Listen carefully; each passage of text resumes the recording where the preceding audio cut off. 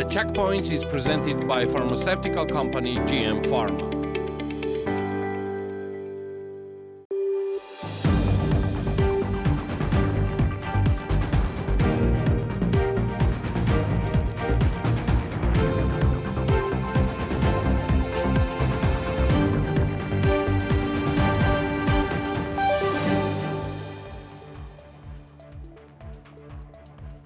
Irakli Garibashvili, Prime Minister of Georgia, met Emmanuel Macron, President of the Republic of France, on Thursday. The meeting was focused on the decision made by the European Commission on recommending a status of EU candidate country be granted to Georgia by the European Council. The Swiss leading analytical center Global Risk Profile released the Global Corruption Index 2023. The government administration reported Georgia moved up to 2 places in the world ranking and now occupies 43rd place in the top 25% of 196 countries and territories. We expect that the refinancing rate will decrease gradually. General Director of Bank of Georgia, Archil Gachechiladze, made the statement to the media. Gachechiladze also spoke about economic growth and noted that the year will probably end with a 7% growth. He predicts that in 2024 the rate will be between 4 and 5%. The U.S. condemns the killing of Tamaz Ginturi, a Georgian citizen, by Russia's occupying forces in Georgia and extends condolences, writes Matthew Miller, the U.S. State Department spokesperson. This death is a stark example of the destruction caused by Russia's ongoing occupation of Georgia's sovereign territory and elsewhere, Miller wrote. This is The Checkpoints. I'm Elena Kvanchilashvili, author and the host of the show, and the Checkpoints team is ready to sum up business and economics week for you. This week proved to be historic for Georgia. The Euro Commission recommended the EU to grant the candidate status to Georgia. The Commission recommends that the Council opens accession negotiations with Ukraine and with Moldova. The Commission also recommends the opening of EU accession negotiations with Bosnia and Herzegovina once the necessary degree of compliance with the membership criteria is achieved. And the Commission recommends that the Council grants Georgia the status of a candidate country on the understanding that certain reform steps are taken. On November the 8th, following the European Commission's positive recommendation on Georgia's EU candidacy, President Salome Zurabishvili, together with representatives of the diplomatic community, addressed the people of Georgia at the Orbeliani Palace at the event which launched the Our Voice to Europe signature campaign. That Georgia is granted a candidate status.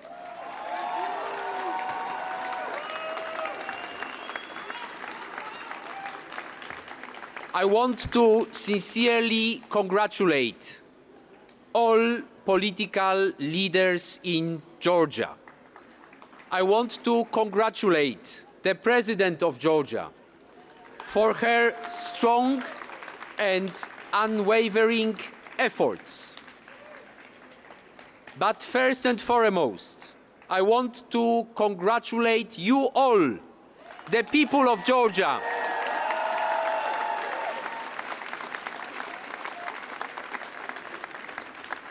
You have strongly and consistently supported Georgia's European integration. Didi Matloba.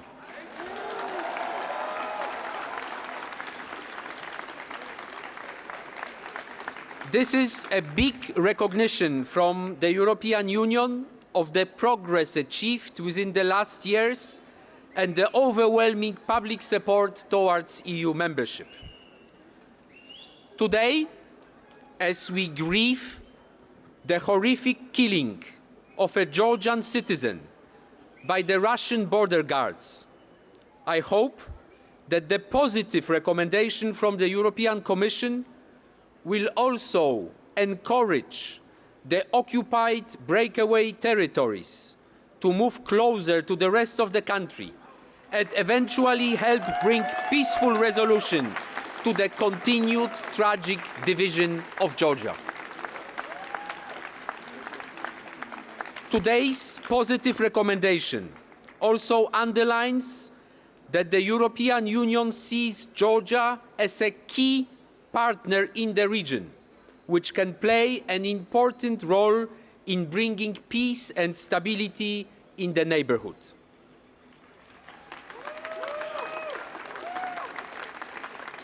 At the same time, we should not forget that the recommendation to grant Georgia the candidate status is linked to further reforms. Addressing the steps identified by the European Commission will be crucial to move to the next stage.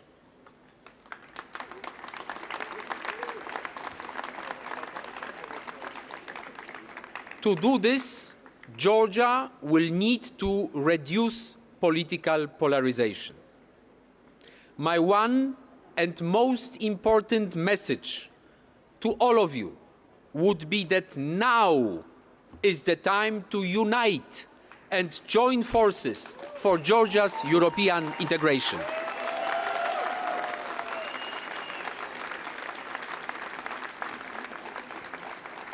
I have witnessed many times when you are united, you can really do great things. The enlargement of the EU over past years have demonstrated once there is political consensus, all the reforms can be implemented rapidly and the process can move very quickly. And this is what I wish to Georgia and all of you.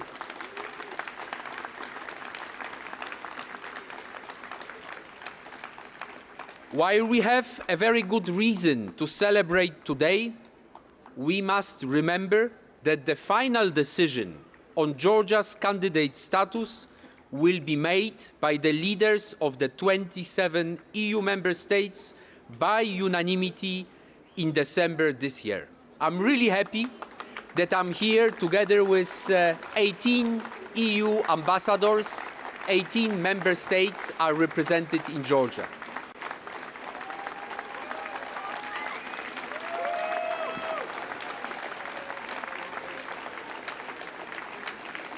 I'm also very happy that we are joined by the US ambassador, US being a true ally of Georgia and a country that has been always supporting Georgia's Euro-Atlantic integration.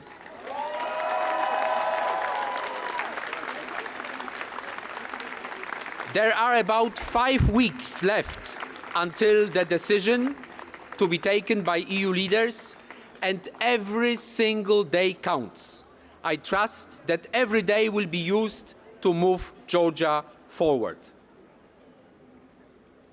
The voice of the people of Georgia has been heard loud and clear in Brussels. Now it is time for the political leaders to mirror the sentiments of the people of Georgia and work together on speeding up the meaningful reforms necessary for moving Georgia closer to the EU. To all the people of Georgia, once again, thank you and sincere congratulations. Gilotsav Sakartvelo, Didi Matloba.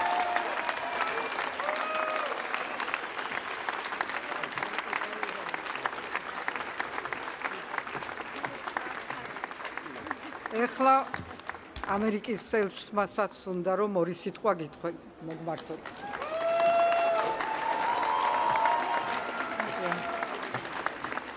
Thank you so much, Madam President. Thank you, Ambassador. Thank you, Georgia. Really, the United States sends its deepest, warmest congratulations to all of Georgia.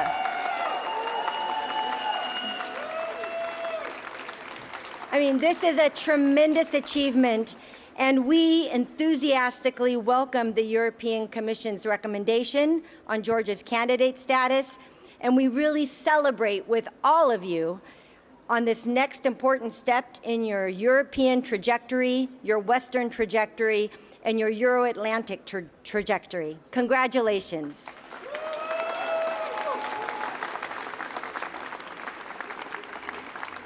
I also want to say congratulations to the EU for all of the hard work and commitment to support Georgia and the other aspirant countries in this enlargement process. The EU has done an incredible job and a lot of hard work, so congratulations to all of my colleagues.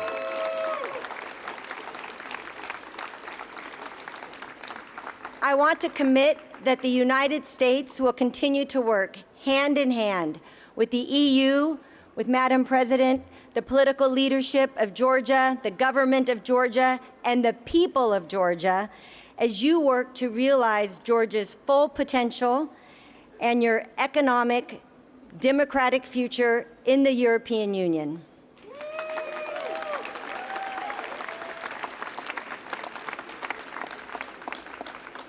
I want to just say two more quick things. Madam President talked about the sacrifice that many Georgians have made in support of Georgia's future and identity. This Friday is Veterans Day in the United States, where we remember our veterans.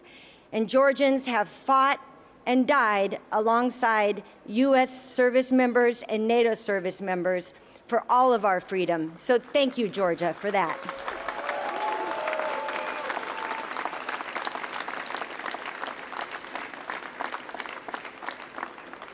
The President also talked about shared history, shared values, and I want to say we also think about a shared future.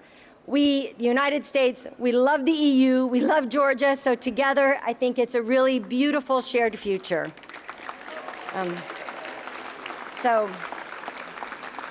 Once again, this is a great day for all of us in the transatlantic community, and congratulations truly to the people of Georgia. Thank you.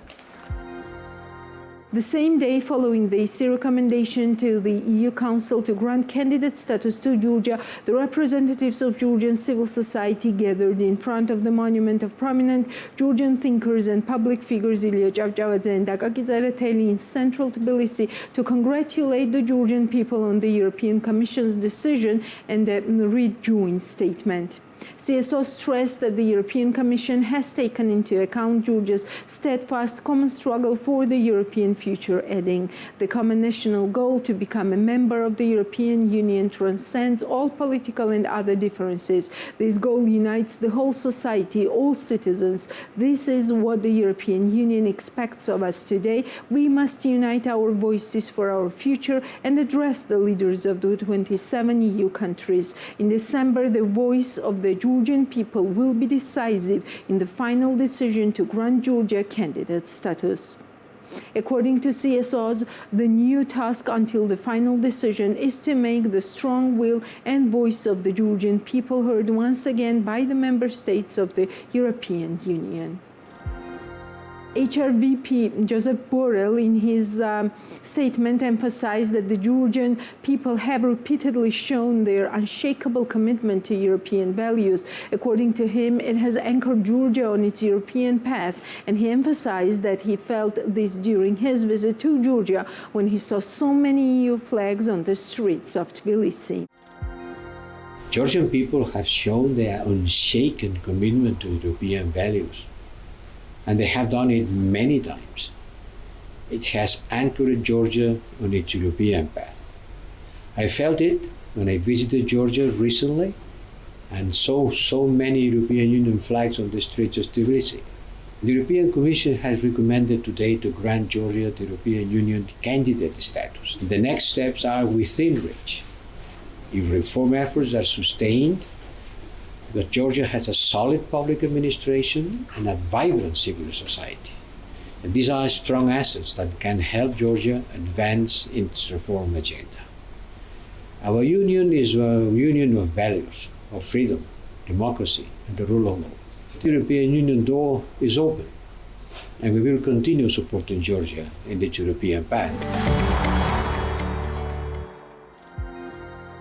Before the decision and recommendation, the checkpoints gathered some insights from Richard Jozwiak, the Europe editor for RFI Real in Prague, who used to work for years in Brussels and due to his good sources had very accurate outlooks on Georgia and its European perspective.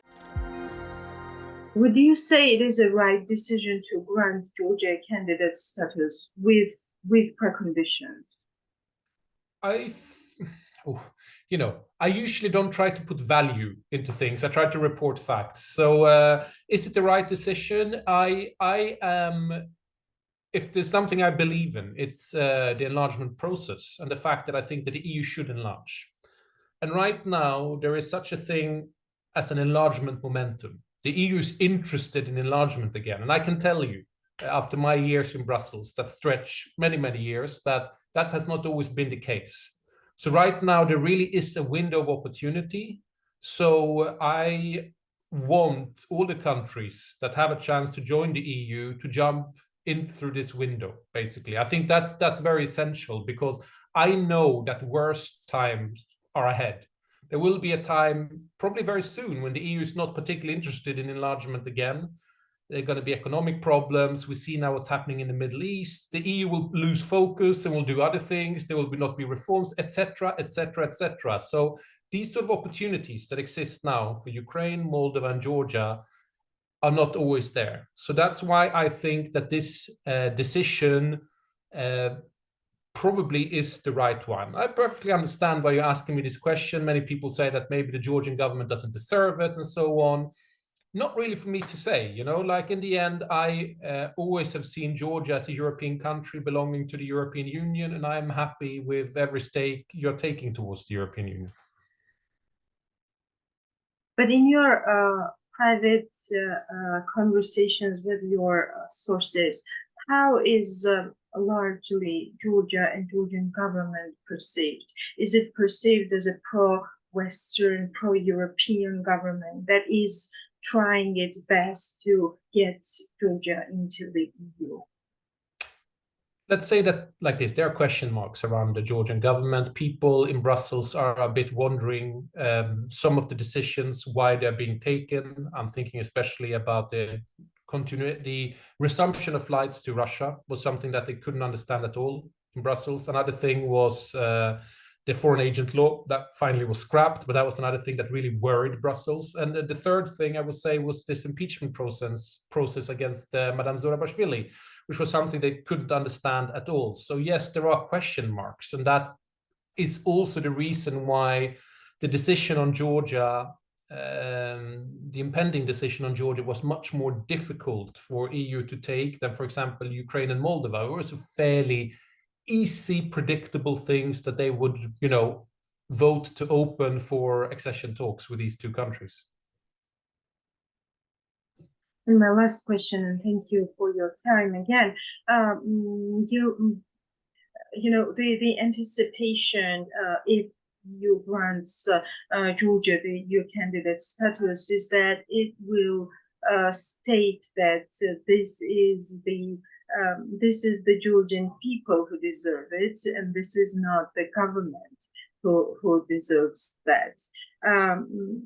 Is that expectation real? I don't think it will be in the documents, quite frankly, because the documents are very dry. These are very sort of factual things. This and this has happened. This has not happened. What I don't rule out that maybe European commissioners on Wednesday will say something to that effect, or even that EU member states, when they will take the final decision in December, will say something similar, that this is for the Georgian people. But I think that the documents you will see on Wednesday will be rather sober. And have you seen the documents? I have heard about the documents. I hope to have them today. Okay. And do you know whether there are some of the points where we will have like more than 3 points where we can say that Georgia has achieved the results? Yeah, no, but I mean, on some of these recommendations, you have achieved them, right? So that's not a problem. I think that's rather when it comes to these sort of the politicization of things, that will be the problem. The judiciary will be a problem. I think they will still say something about the oligarchization, but let's say on of your 12 recommendations, 8 or 9, maybe even 10 will be more or less okay, right? So it's sort of like, it's not like you have everything bad. This is absolutely not the case. But there are certain issues where where Brussels still will be doubtful. Let's put it that way. Thank you so much for your time. Thank you, Elena. Thanks. Bye. So yes, the European Commission adopted the 2023 enlargement package, providing a detailed assessment of the state of play and the progress made by Georgia on their respective paths towards accession to the European Union. In particular, the report focuses on the progress in the implementation of fundamental reforms, as well as on providing clear guidance on the reform priorities ahead. Accession is and will remain a merit-based process, fully dependent on the objective progress achieved by each country. This is what European Commission says. Georgia has taken steps to strengthen engagement with the EU and increased pace of reforms in the recent months. To address the 12 priorities identified in the Commission opinion and its membership application, Georgia has adopted legislative acts and policy actions on gender equality, on fighting violence against women and organized crime, as well as on taking into account European Court of Human Rights judgments. Judicial reform has been brought forward, although a holistic reform of the High Council of Justice is still needed. Georgia has shared laws as well as its action plan for de-oligarchization with the Venice Commission for an opinion. A strategy on the protection of human rights was adopted and an action plan is being elaborated. A memorandum of cooperation with civil society representatives was concluded. Building a strong cross-party political consensus would contribute to addressing polarization and accelerate its European path. 9 recommendations for Georgia to officially receive the candidate status stand as follows.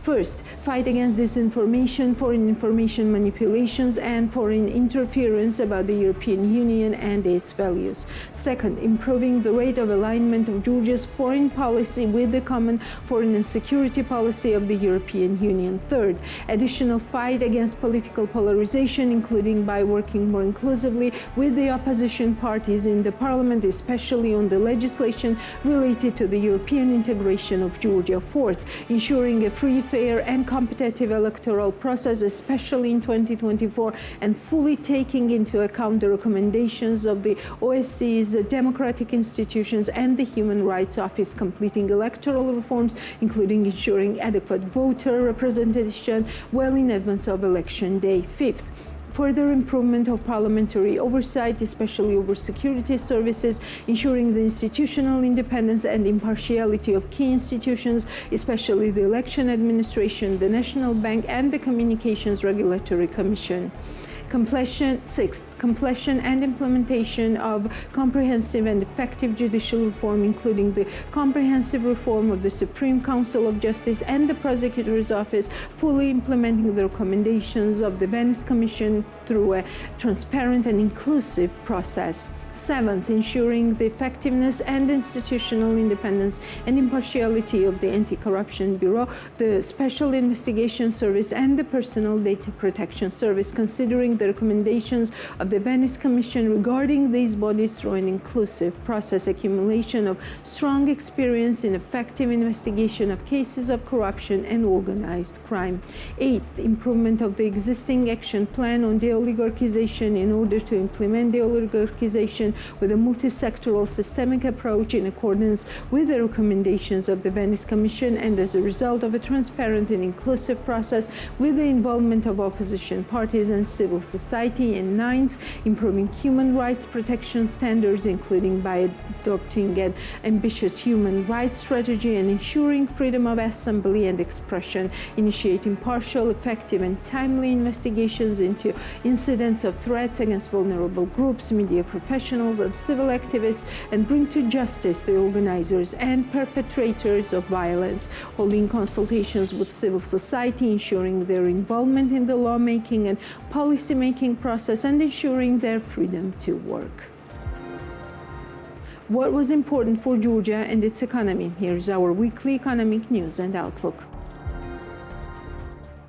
The Georgian Finance Budgetary Committee supported the proposal put forth by the Speaker Shalva Papuashvili to raise wages for parliament members. The initiative will be enforced from January 2025 for the lawmakers of the new convocation parliament.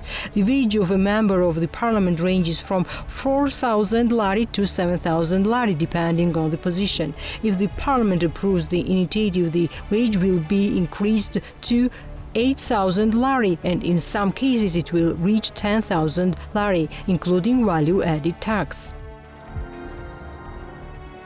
The government of Georgia on Monday discussed a project initiated by the Ministry of Economy for construction of 2 new hydro power plants in Oni and Chorotsku. Out of them, one with a capacity of 11.8 megawatts will be built in Oni municipality, while the other one with a capacity of up to 6 megawatts in Chorotsku municipality. Over $30 million will be invested in the project, the administration said. In general, energy remains important for countries of the world, and implementation of energy projects from renewable resources is also very important for us. We are now working on holding the second auction on hydro power plants, which will allow us to get the projects that investors have to be supported by the state, Economy Minister Levan Davitashvili said. In September 2023, construction cost index increased by 1.6% compared to the previous month, according to the National Statistics Office of Georgia. The change was mainly due to a 3.2% increase in the average monthly nominal wage of employees in the construction sector, which contributed 0.71 percentage points to the total index change. Compared to February 2022, the construction cost index increased by 12.6%. The latter was largely caused by the 32.3% increase in average monthly nominal wages of employees in the construction sector and by the 6.3% increase in the prices of construction materials, which contributed 7.23 and 3.56 percentage point to the total index change, respectively.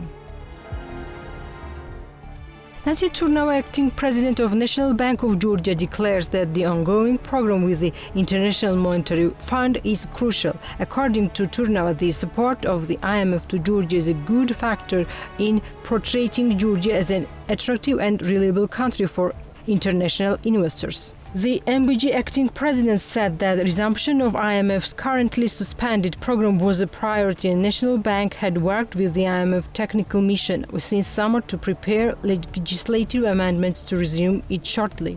They want to make sure that our financial sector is still stable, safe, and there are no questions left. You can see how growing and attractive our fiscal system is for investors, also enjoying high trust in the population. It's one of the most competitive sectors in the region.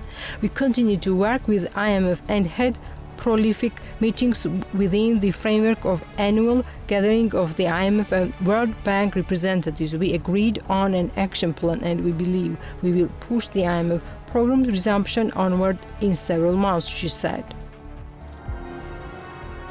Tbilisi Mayor Kakakaladze on Tuesday said 50 out of the 160 18-meter-long MAN buses newly purchased by his office would be introduced to the public transport fleet in Georgia capital next month. Kaladze Deputy Mayor Irakli Bendeliani and executive of Tegeta Holding Automobile Company met with representatives of MAN Truck and Bus Company in the German city of Munich to inspect the new buses, each designed for 162 passengers with 43 seats. The buses are fully adapted for people with disabilities, equipped with a voice system, internal and external video monitoring systems, mobile charging points, air conditioning and ventilation systems, while also offering free Wi-Fi connection to passengers, Tbilisi City Hall said. The City Hall plans to eventually introduce 160 new buses running on compressed natural gas, with the full fleet to involve 400 new buses by the end of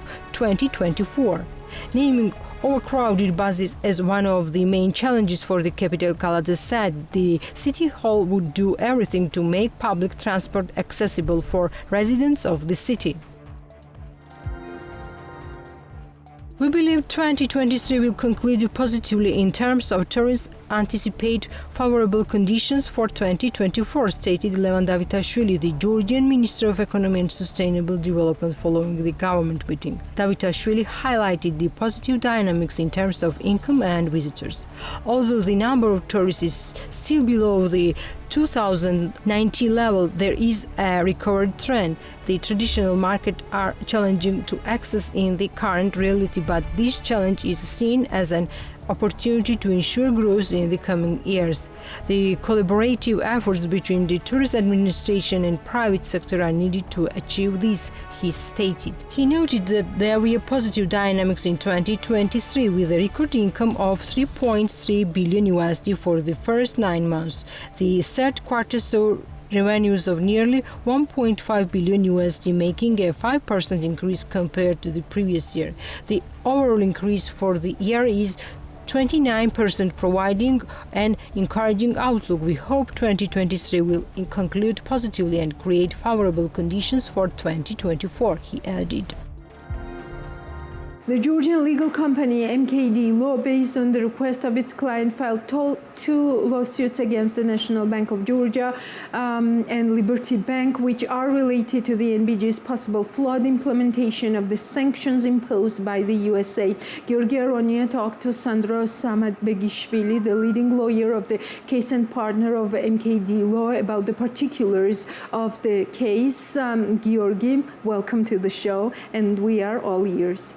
Hi, Elena. Yes, you are right. Given the importance and scale of this case to the Georgian legal system, BMG decided to talk in detail about it with MKD Law. We sat down with Sandro Samadbegishvili, partner at MKD Law, who is representing the interests of the client before the court. As Mr. Samadbegishvili explained to BMG, MKD Law represents Metallo Invest, which is a Swiss company sanctioned by the United States of America. The company has placed several million euros in Liberty Bank, the access to which has been denied by the bank.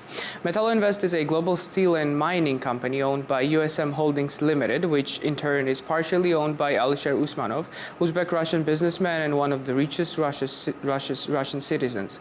According to Forbes, Mr. Usmanov's net worth stands at $14.5 billion.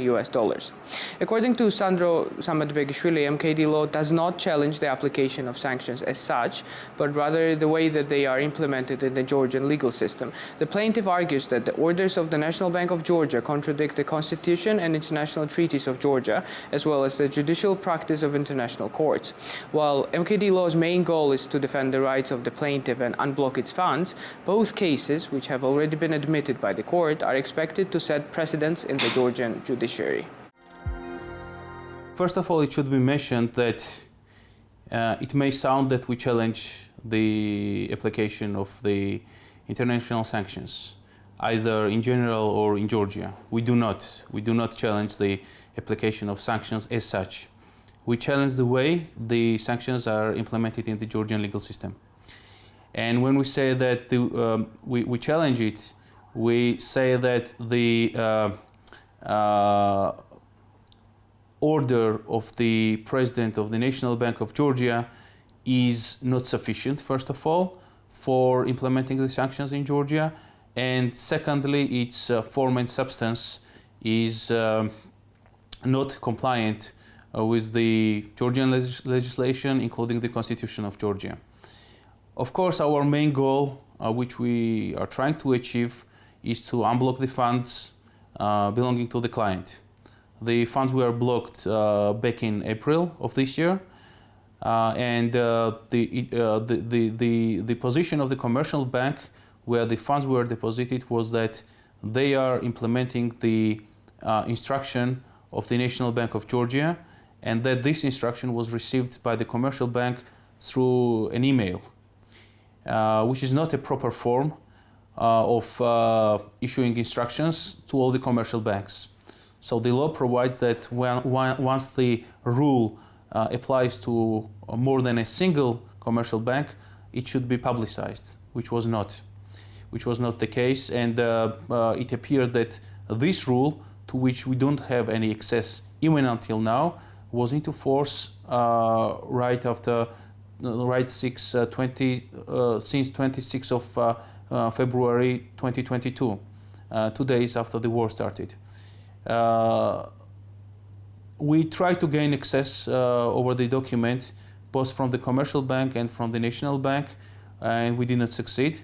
And in parallel, in August of this year, the National Bank issued a normative act.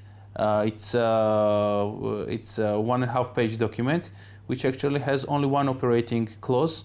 The clause provides that the commercial banks should follow the sanctions imposed by the US the UK and the EU. We do not consider even such kind of normative act to be a regular normative act because actually it makes reference to the rules imposed by other states and other international organizations, not imposed by Georgian legislative body or it's a foreign act, so it's not originated in Georgia. We argue that this way of implementation of international sanctions into the Georgian legal system is not in compliance with the Constitution of Georgia, which provides for the protection of property rights and which provides that any exclusion to the right of ownership can be made either through the legislative act or through the court order. In this case, we have neither of them. So this is the main point from legal point of view. And in addition to that, the National Bank of Georgia is in breach of not only the Constitution of Georgia, but also international treaties of Georgia, including the European Convention on Human Rights and the judicial practice developed based on this convention, which also provides for the right of protection of ownership. And by the way, not only ownership, but also the right to fair trial and right to legal remedies. In this case, the person affected by sanctions does not have any legal tool to protect itself. So there's no chance to apply to the court and argue that there are no factual grounds for imposing the sanctions against him. So actually, there's nothing a person can do, which again is not in compliance with the Constitution and not in compliance with the international treaty. And there are plenty of foreign and international court judgments which provide that actually this is a restriction of ownership title, and as it is such restriction, so it should have proper legal grounds, which we argue that there are not present in this case. Yeah, basically these are the factual and legal grounds, and of course the purpose of our claims is to unblock the funds, but in the meanwhile we are also trying to improve the legal framework in Georgia for the proper implementation and enforcement of sanctions in Georgia, so that it cannot be challenged in future for the same grounds. The court proceedings have not started yet, but BMG will monitor the process and inform our viewers about the case proceedings in the near future. Of course. Thank you, Georgi, for working for the checkpoints this week. And now our reporter, Natia Taktakishvili, will sum up weekly business news and outlook for you. An exclusive cooperation memorandum was signed between Tbilisi Marriott Hotel and Rustaveli National Theatre. The document was inked by Alexandra Kvaratsxelia, General Director of Tbilisi Marriott, and Georgi Tevzadze, Manager of Shota Rustaveli National Theatre. As part of the exclusive partnership, guests of Marriott and Cartier and Moxie, as well as Rustaveli National Theatre, will be able to enjoy special offers. This cooperation aims to give local and foreign guests an unforgettable cultural experience in the hospitality sector and make them feel special. Five-star Hotel Tbilisi Marriott, located on Rustaveli Avenue, provides guests with stunning architectural details such as an atrium-style lobby with crystal chandeliers. Guests can enjoy two unique dining destinations: Parnas Cafe, signature restaurant serving authentic Georgian cuisine and global favorites, while Majestic Bar and Lounge is ideal for freshly brewed coffee and craft cocktails. The hotel offers 24-hour fitness center and a modern event space exceeding 4,000 square feet.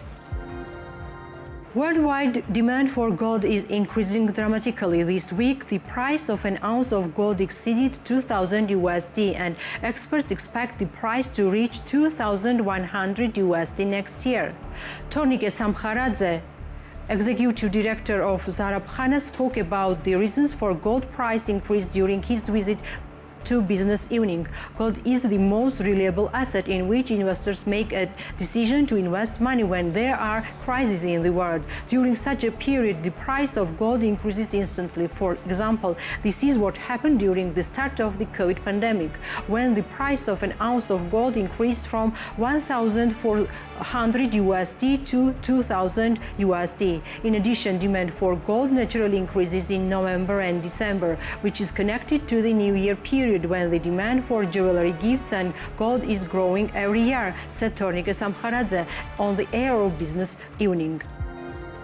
ICR Group brings the Italian brand Replay to Georgia. Kaha Khazaradze, the chairman of the company's supervisory board, told BMG TV about that. According to him, the Replay store will open in Tbilisi in March 2024. He declares that the contract with the brand has already been signed and the location has been selected, but they refrained from naming the address at that stage. ICR Group is one of the largest organizations in the field of retail business in Georgia. The company started operating in the Georgian market in 1993 and currently has about 1,000 employees. The company ICR Trade, part of IC Group, represents such international and well-known brands of shoes, clothes and accessories as Bata, Geox, Corso Italia, Studio Shoes Gallery, Okaidi and etc.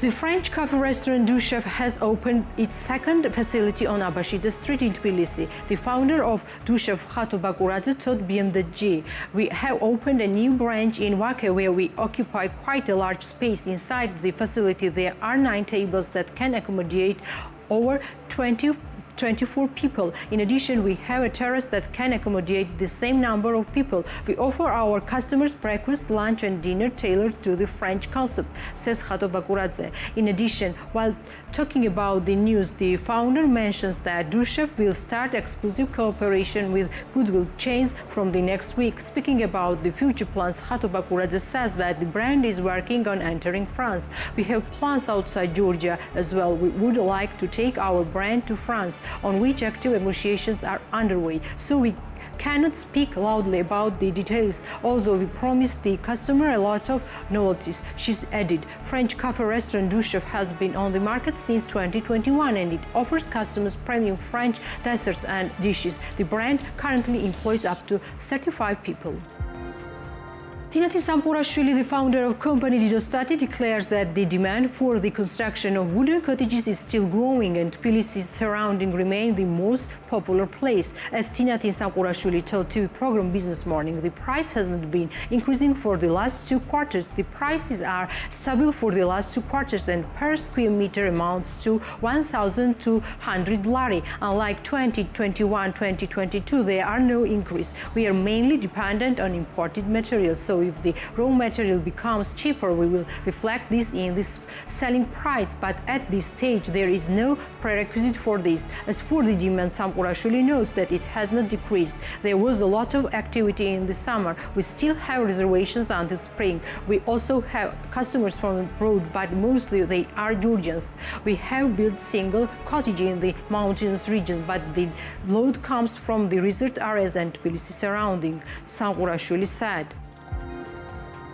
E-commerce is particularly popular in Georgia and our customers are no exception. As of 9 months 2023, the number of received parcels increased by 50% compared to the same period of the previous year. Ketevan Shanidze, the operation manager of the shipping company Kiwi Post, told BMG TV, according to her, despite the fact that every country has its own segment, the American market is the most stable for Georgian customers.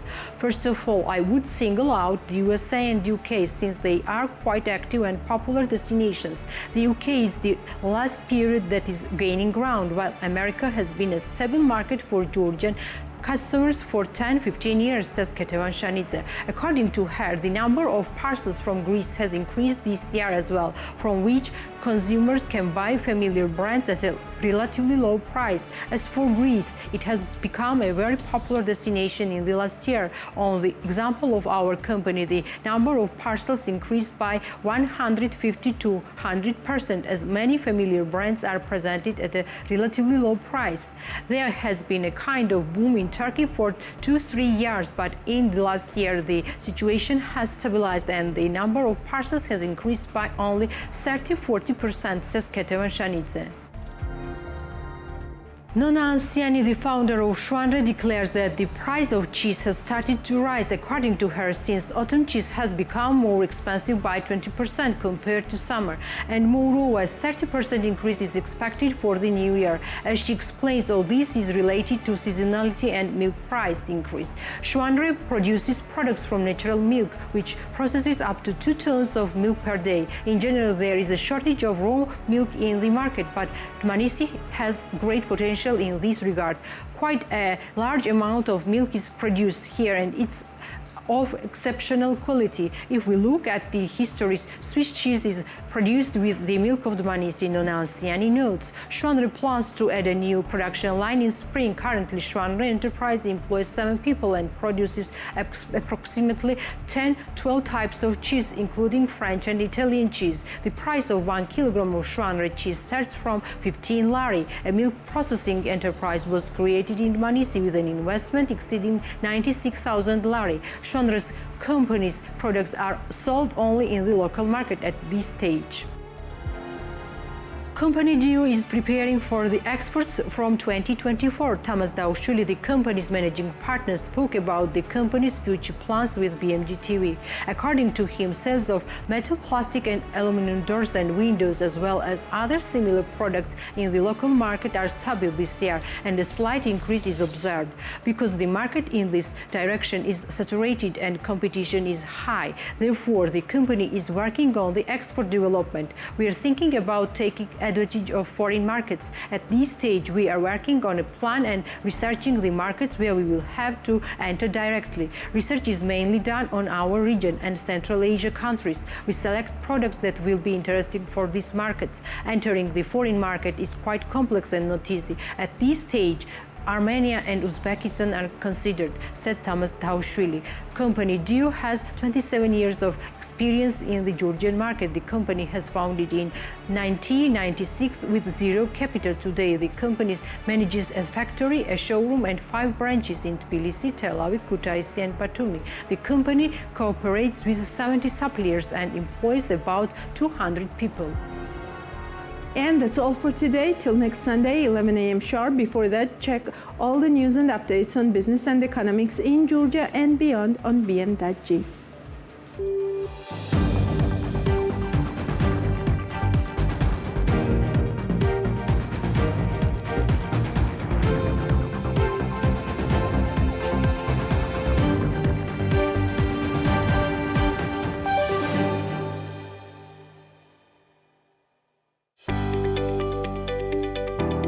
The Checkpoints is presented by pharmaceutical company GM Pharma.